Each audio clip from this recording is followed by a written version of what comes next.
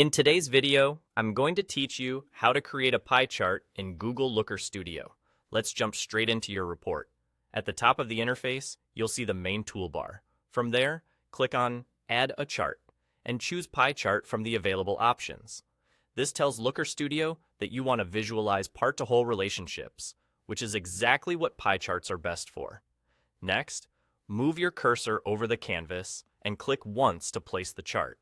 You can resize or reposition it later, but for now, just drop it anywhere so we can set it up. As soon as it's on the canvas, click the pie chart to make sure it's selected. This opens the Properties panel on the right side of your screen where all the important settings live. In the Properties panel, you'll see two key areas, Dimension and Metric. Think of the dimension as the category that defines each slice of the pie, like product category, country, or channel. The metric is the number that determines the size of each slice, such as revenue, sales, or sessions. A clear pairing might be something like country as the dimension and revenue as the metric, so you can quickly see which country contributes what share to the total.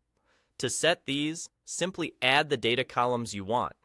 You can choose them from the drop-downs or drag them in from your data panel.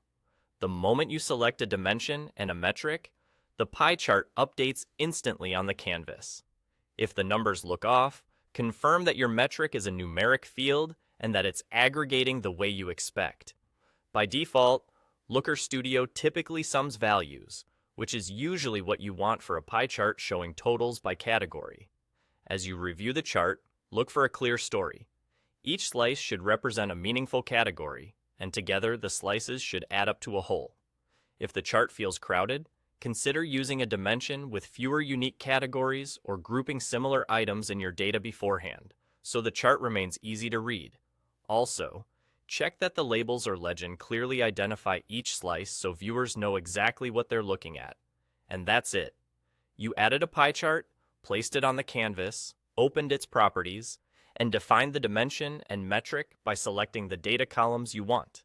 With those simple steps, you now have a clean pie chart that updates automatically as your data changes.